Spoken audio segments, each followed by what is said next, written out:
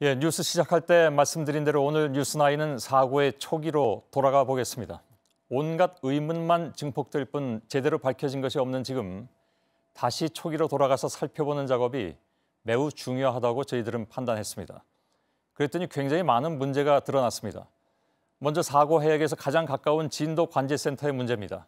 사고가 난 해역은 특히 위험 지역이라고 해서 해경이 직접 관제를 맡고 있는데요. 그러나 관제가 규정대로 이루어지지 않았다는 정황이 속속 드러나면서 해경이 사고를 키웠다는 비판이 나오고 있습니다. 가장 앞선 문제는 이 배가 진도 관제센터의 관할 구역에 들어갔을 때 보고를 했어야 하는데 하지도 않았고 진도 관제센터에서도 확인도 하지 않았다는 것입니다. 그러니까 시작부터 꼬여 있었습니다. 주정환 기자입니다. 세월호가 사고 당일 해경이 관할하는 진도 해상교통관제센터 VTS의 관할 구역에 진입한 건 오전 7시 8분입니다. 관련 규정상 세월호는 진입 직후 진도 VTS에 승선 인원과 행선지, 적재 화물 등을 보고해야만 합니다. 그런데 어찌된 일인지 세월호는 VTS에 연락을 취하지 않았습니다. 이처럼 즉시 보고가 이루어지지 않으면 VTS에서 해당 선박을 호출해 상황을 파악해야만 합니다. 그럼 진도 VTS에서 우리를 불러야 돼요. 분명히 VTS에서 보고 있었을 거 아닙니까?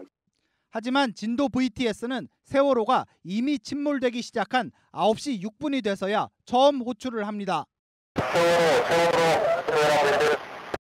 그리곤 그제서야 승선 인원 등을 물어봅니다.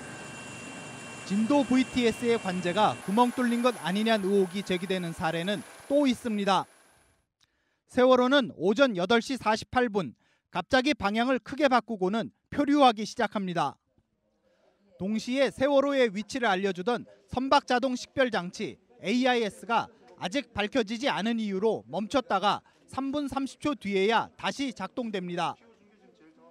짧지 않은 시간 동안 세월호 위치가 사라졌는데도 진도 VTS는 세월호를 찾지 않았습니다.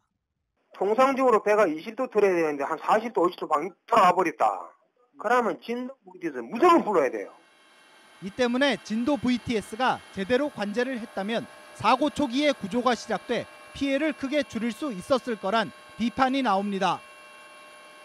해경은 논란이 불거지자 세월호를 호출하지는 않았지만 계속 지켜보고 있었다고 해명했습니다. JTBC 주정환입니다.